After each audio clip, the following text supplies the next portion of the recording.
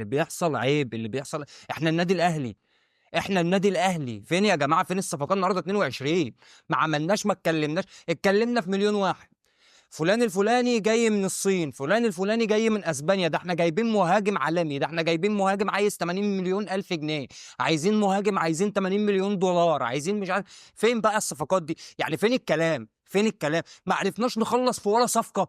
يعني في ولا صفقة، حتى الصفقة المحلية اللي دخلنا فيها مصطفى العش ما خلصتش.